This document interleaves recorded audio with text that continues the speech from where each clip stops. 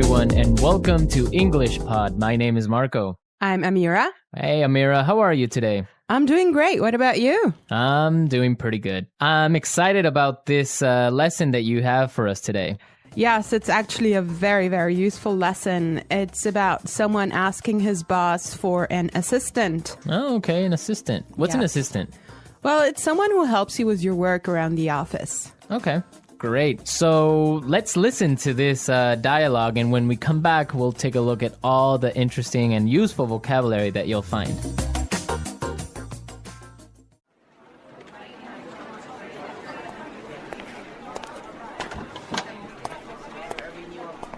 Like I told you before, we just don't have the resources to hire you an assistant. I understand that, but the fact is, we're understaffed. The timing is just not right. The economy's bad, and it's too risky to take on new staff. Yeah, I guess you're right. Here's an idea. What if we hire an intern? She would take some of the weight off my shoulders. She? Yeah, you know, a recent graduate. She could give me a hand with some of these projects, and we could keep our costs down. That sounds reasonable. Let me see what I can do.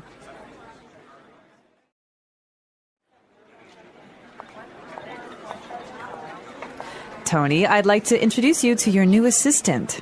Okay, great. Let's meet her. Hi, I'm Adam. Oh, hi, I'm Tony.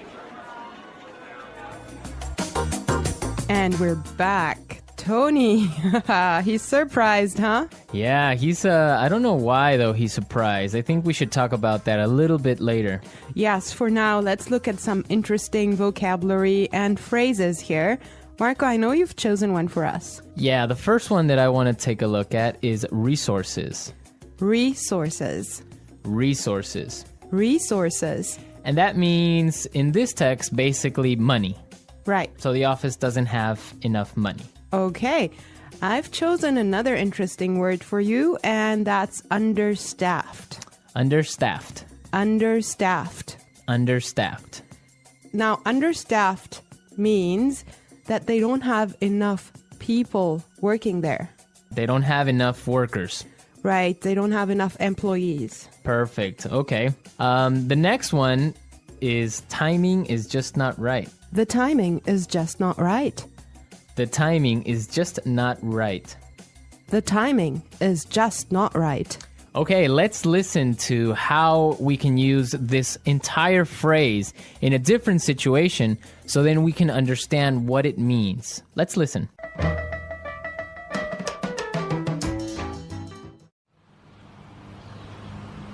I was going to sell my house, but the timing is just not right. Honey, I think we should have a baby. The timing is just not right.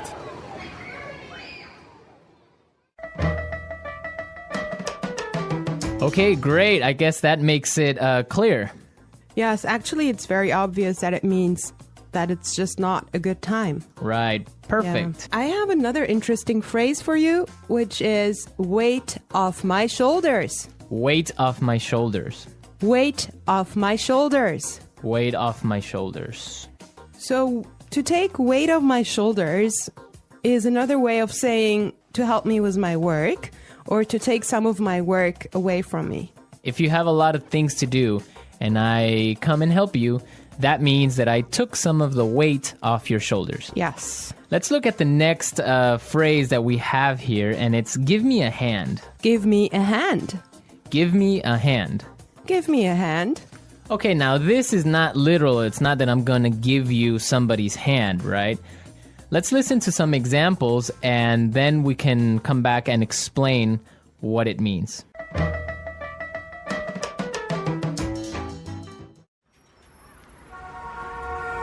Can you give me a hand with these boxes?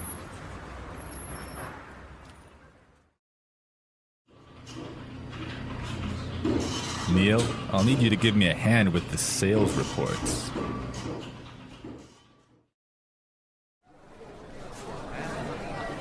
Here, let me give you a hand with your suitcase.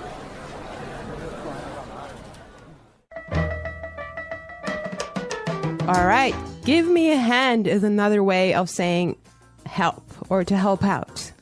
Exactly, to help out. Right. Perfect. Now, the last phrase we're going to look at here in this dialogue is keep our costs down.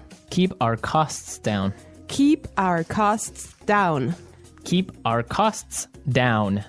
So to keep our costs down means to try and not spend so much money.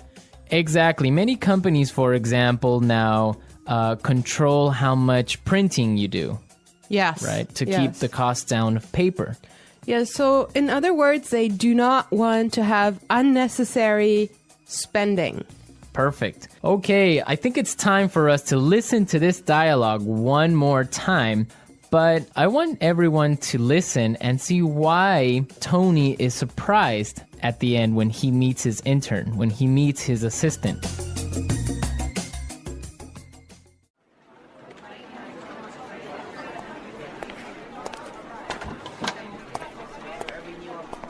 Like I told you before, we just don't have the resources to hire you an assistant. I understand that, but the fact is, we're understaffed. The timing is just not right. The economy's bad, and it's too risky to take on new staff. Yeah, I guess you're right. Here's an idea. What if we hire an intern? She would take some of the weight off my shoulders. She? Yeah, you know, a recent graduate. She could give me a hand with some of these projects, and we could keep our costs down. That sounds reasonable. Let me see what I can do.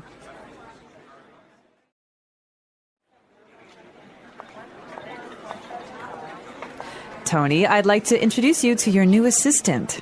Okay, great. Let's meet her. Hi, I'm Adam. Oh, hi, I'm Tony.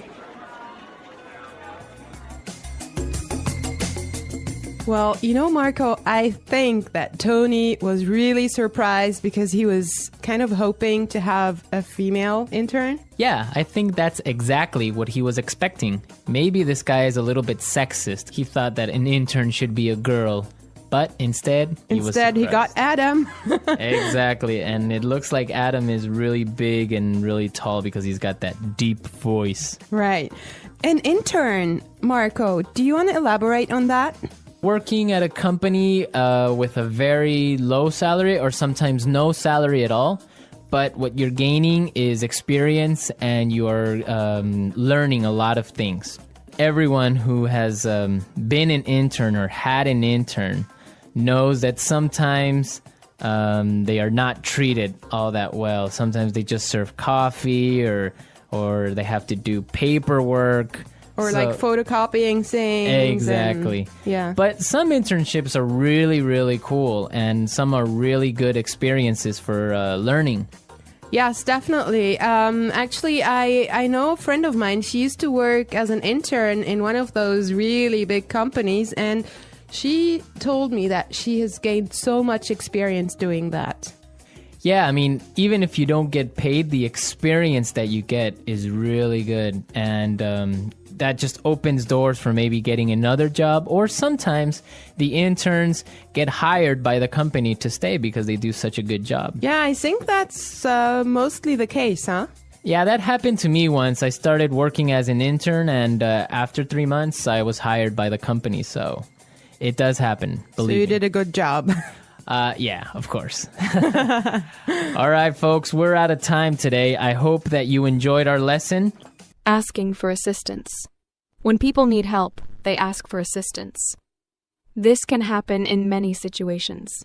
You might ask for help when you are lost, when you cannot carry something heavy, or when you do not understand something. It is important to know how to ask for help politely and clearly. When you need assistance, you can start by saying, "Excuse me," or "Can you help me, please?" This shows that you are polite. People are usually happy to help when you ask nicely. For example, if you cannot find a place, you can say, "Excuse me, can you tell me where the bank is?" If you need help carrying a bag, you can say, "Can you help me carry this bag, please?" When someone helps you, it is important to say thank you or I appreciate it. This shows that you are grateful. If you need help but do not know how to ask, it can feel difficult. Learning simple phrases can make it easier. For example, "I need help with this," or "Can you help me, please?" are useful sentences. Remember, Asking for assistance is normal, and people often help each other in daily life. When asking for assistance, it is important to know different ways to express your needs. Sometimes, you may need help in a public place, like a store, a train station, or a hospital. In these situations, using polite language is very important. People are more likely to help you if you ask in a kind and respectful way. You can start your request by using phrases like, "Excuse me," "I'm sorry to bother you," or "Could you help me, please?" These phrases are polite and make the person you are asking feel respected. For example, if you are in a store and cannot find an item, you can say, "Excuse me, could you help me find the bread?" If you are at a train station and are unsure which train to take, you could ask, "I'm sorry to bother you, but could you tell me which train goes to the city center?" These polite phrases make your request clear and respectful. In some situations, you may need to give more information when you ask for assistance. Being clear and specific helps the other person understand your problem. For example, if your phone is not working, you could say, "Excuse me, my phone is not working. Can you help me?" If you do not know how to use a machine, you can say, "Could you please show me how to use this machine?" Giving clear details about your problem makes it easier for people to help you. If you are not sure how to explain your problem, you can start by saying, "I have a problem," or "I need some help." These simple phrases show that you need assistance and encourage others to listen.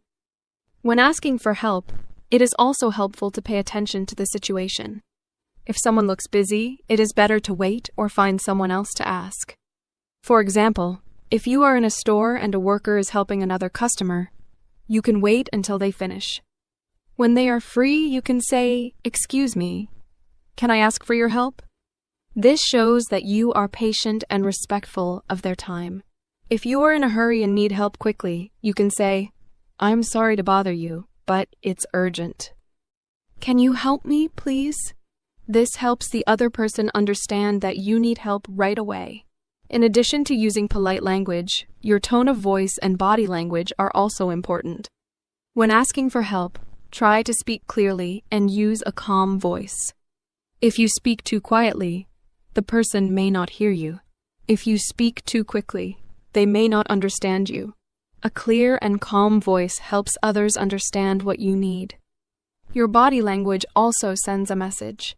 If you smile and make eye contact, you show that you are friendly and polite. If you look angry or impatient, the other person may not want to help you.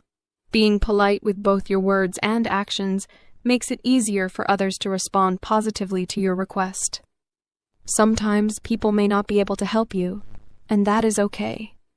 If someone says, "I'm sorry, I can't help you," you can thank them anyway by saying, "Thank you for your time." It is also a good idea to try asking someone else. For example, if you ask a stranger for directions and they do not know, you can politely ask another person.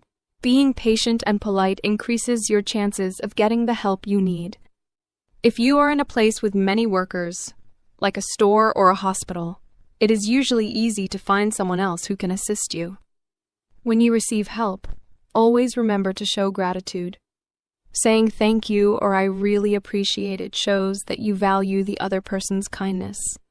If someone gives you detailed help, you can say, "Thank you so much for your help," or "I really appreciate your assistance." If the help was quick but useful, you can simply say, "Thanks a lot." Being thankful encourages people to continue helping others. It also leaves a good impression and shows that you are polite and respectful. Asking for assistance is a useful skill in daily life. Whether you need help finding a location, understanding instructions, or solving a problem, knowing how to ask politely and clearly makes communication easier. It also helps you build better relationships with people around you. By using polite phrases, giving clear details, being patient, and showing gratitude, you can ask for assistance in a respectful and effective way. When asking for assistance, it is important to understand that different situations may require different ways of requesting help. In everyday life, you might need help in various places, such as a supermarket, a bus stop, a school, or even on the street. Knowing how to ask for assistance in different situations makes you feel more confident and helps you communicate effectively. It is also important to recognize that the way you ask for help may change depending on who you are speaking to. For example, when asking a stranger for help, you may want to be more formal and polite. When asking a friend or family member, you can be more casual and relaxed. Understanding these differences will help you navigate different social situations more easily. When you ask for help from someone you do not know, it is best to use formal and polite language. Starting with phrases like, "Excuse me," "I'm sorry to bother you," or "Could you help me, please?" shows respect and makes the person more willing to assist you. For instance, if you are in a supermarket and cannot find a product, you could ask an employee, "Excuse me, could you please tell me where the milk is?"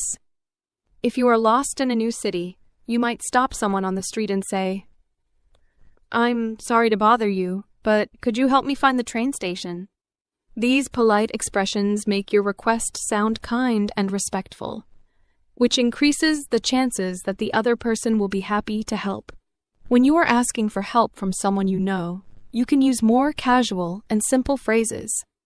For example, if you are at home and need help moving a heavy box, you can say to a family member, "Hey, can you help me with this box?" If you are working on homework and have a question, you might ask a friend, "Can you explain this to me?" In these familiar situations, it is not always necessary to be very formal, but it is still important to be polite. Adding words like please and thanks makes your request friendlier and shows that you appreciate their help. For example, you could say, "Can you help me with this, please?" Or after receiving help, "Thanks a lot for your help." Sometimes, you may need to ask for help in situations where people are very busy, such as in a hospital, at a busy store, or in a crowded place. In these cases, it is especially important to be clear and direct while still being polite. If you are in a hospital and need help finding a doctor's office, you could say to a staff member, "Excuse me, I need to find Dr. Smith's office. Can you help me, please?" If you are at a busy restaurant and need assistance, you could say to a waiter, "I'm sorry to bother you, but could I get some water, please?" Being clear and polite helps the other person understand your needs quickly, even when they are busy. In some situations, you might need to ask for help in an emergency. When there is an emergency, it is important to speak clearly and quickly so that others understand the seriousness of the situation. For example, if someone is hurt, you can say, "Help.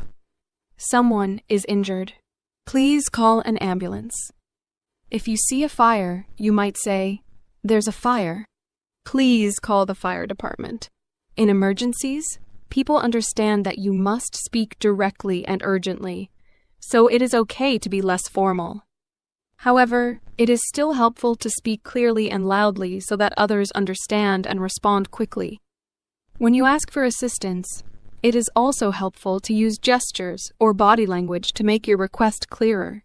For example, if you are asking for directions, you might point to a map or a street to show where you want to go. If you need help lifting something heavy, you could gesture toward the object to show what you need help with. Using gestures along with clear language can make your request easier to understand, especially if the other person does not speak your language well. In many cases, body language can make communication smoother and help the other person understand your needs more quickly. Another important part of asking for assistance is being patient and understanding. Sometimes, the person you ask may not be able to help you immediately. For example, if you ask for help in a store and the worker is busy, they might say, "I'll be with you in a moment."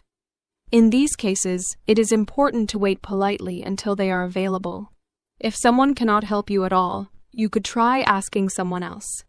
For instance, if you ask a stranger for directions and they do not know, you can thank them and ask another person. Being patient and polite makes it easier to get the help you need and leaves a good impression on others. It is also useful to know how to respond when someone offers you assistance without being asked. Sometimes, people notice when you need help and offer it before you ask. For example, if you are struggling to carry a heavy bag, someone might say, "Do you need help with that?" In this situation, you can respond politely by saying, "Yes, please." "Thank you." If you do not need help, you can say, "Thank you, but I'm okay." Being polite when accepting or refusing help shows that you appreciate the other person's kindness. Learning how to ask for assistance in different situations is a valuable skill. Whether you are asking for help from a stranger, a friend, or in an emergency, using polite and clear language makes your communication more effective. By practicing different ways to ask for help, you will feel more confident when you need assistance. Remember to be polite, use clear language, and show gratitude when someone helps you. These small actions make a big difference in everyday communication and help you build positive relationships with the people around you. When learning to ask for assistance, it is also important to understand how cultural differences can affect the way people give and receive help. In some cultures, people are very open to offering assistance, even without being asked. For example, if you look confused or lost, someone might approach you and say, "Do you need help?" In other cultures, people may wait until you ask for help directly. Understanding these cultural differences can help you feel more comfortable when asking for assistance in different countries or with people from different backgrounds. If you are unsure how to ask, starting with polite and clear phrases like "excuse me" or "could you help me, please," is always a good choice, no matter where you are. Another important skill when asking for assistance is knowing how to ask follow-up questions. Sometimes, when someone gives you help, their answer may not be completely clear to you. In these situations, it is useful to ask additional questions to get more information. For example, if you ask for directions and someone says, "Go straight and turn left," but you are still unsure, you could ask, "How far should I go straight?" Or is it the first left or the second left? Being able to ask follow-up questions helps you get the help you need more effectively. You can also use phrases like, "Could you explain that again, please?" Or "I'm sorry, I didn't understand. Could you repeat that?" These phrases show that you are listening carefully and want to understand clearly. When asking for assistance, it is also helpful to recognize when to offer help in return. Communication is a two-way process, and just as you may need help sometimes, others may need your help as well. If someone helps you, there may be opportunities for you to assist them later. For example, if a coworker helps you understand a task, you could offer to help them with something else in the future by saying, "Thank you for your help. Let me know if you ever need anything." Offering help in return shows kindness and builds positive relationships with others.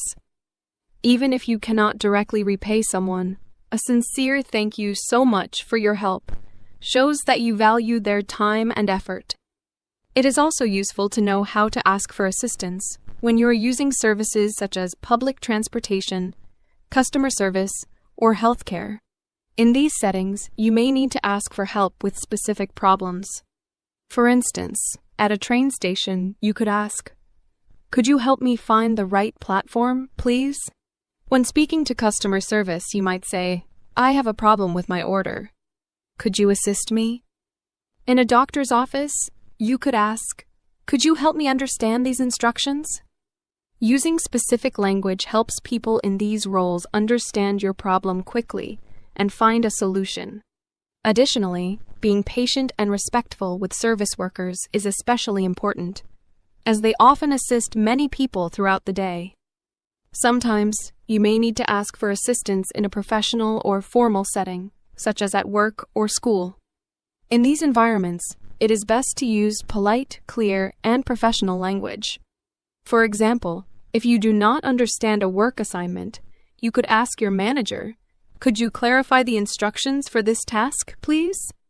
If you are a student and need help with an assignment, you could say to your teacher, "I'm having difficulty with this question. Could you explain it to me, please?" Using formal language shows that you are serious and respectful. It is also helpful to show that you have already tried to solve the problem yourself before asking for help. For instance, you might say, "I have tried to solve this, but I'm still confused. Could you help me understand it better?" When asking for assistance, it is also important to be aware of how to respond if the person you ask cannot help you. Sometimes, the person may not know the answer or may be too busy to assist you. If this happens, it is polite to say, "Thank you anyway," or "I appreciate your time." You can then look for someone else who might be able to help. For example, if you ask a store employee where to find an item and they are unsure, you could say, "Thank you anyway. I'll try asking someone else." Being understanding and kind, even when someone cannot help, leaves a positive impression and makes it easier to ask for help again in the future.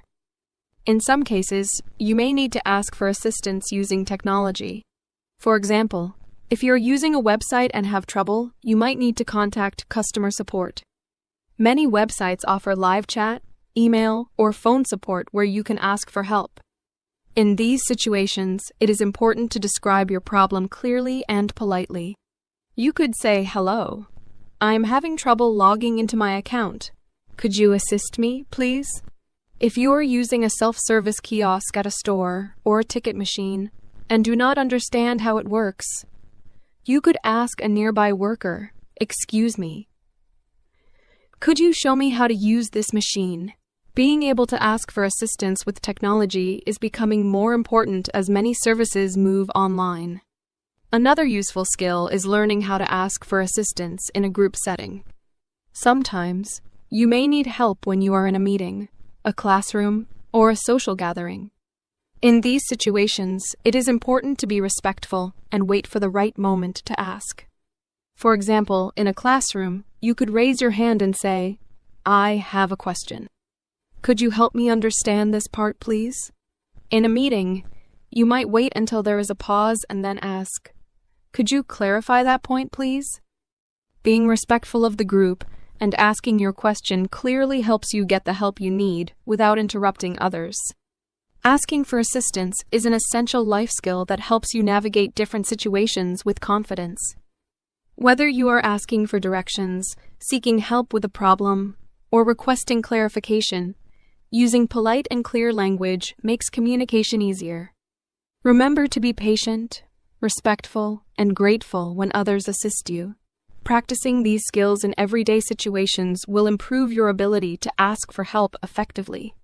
Over time, you will become more comfortable asking for assistance and offering help to others, making your interactions smoother and more positive.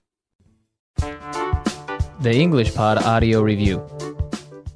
Listen to the meaning, then say the vocabulary word. Money. Resources. Not enough people to do the job. Understaffed. It's not a good time now. The timing is just not right. Remove pressure or stress. Weight off my shoulders. Help. Give me a hand. It's okay. That sounds reasonable. Hire. Recruit. Working too much. Overworked. Not enough people to do the job. Short-staffed. Reduce spending. Cut costs. Having too many employees. Overstaffed. Let's try that faster. Working too much. Overworked. Remove pressure or stress.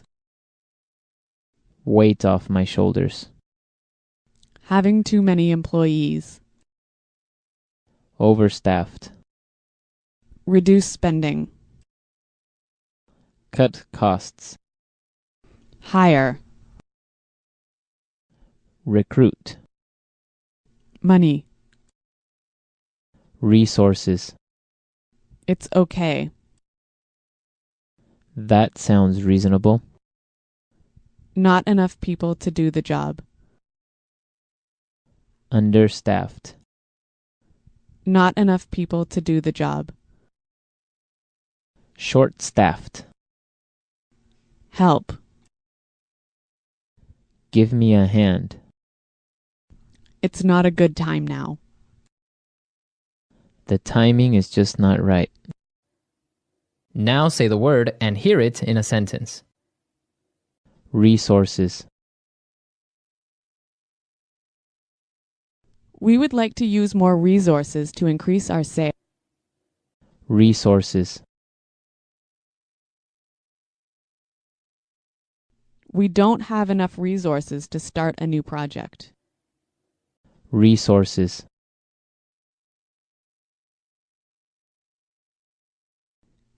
Intel has a lot of resources for research and development. Understaffed.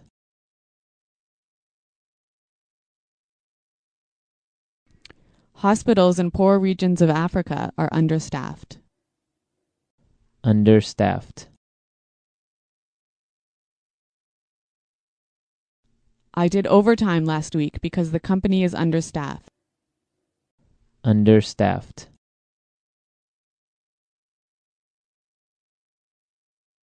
The factory is producing less than usual because it's understaffed. The timing is just not right.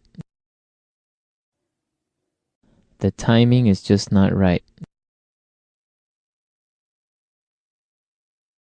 The timing is just not right for us to have a baby. The timing is just not right. I want to buy a car, but the timing is just not right. Weight off my shoulders.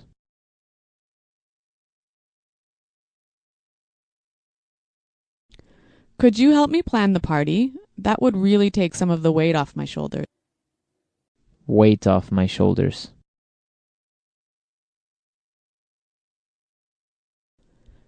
Finishing that project was a big weight off my shoulders. Weight off my shoulders. Winning the lottery took a great weight off my shoulders. Give me a hand. Can you give me a hand with these boxes? Give me a hand. Neil, I'll need you to give me a hand with the sales report. Give me a hand. Here, let me give you a hand with your suitcase.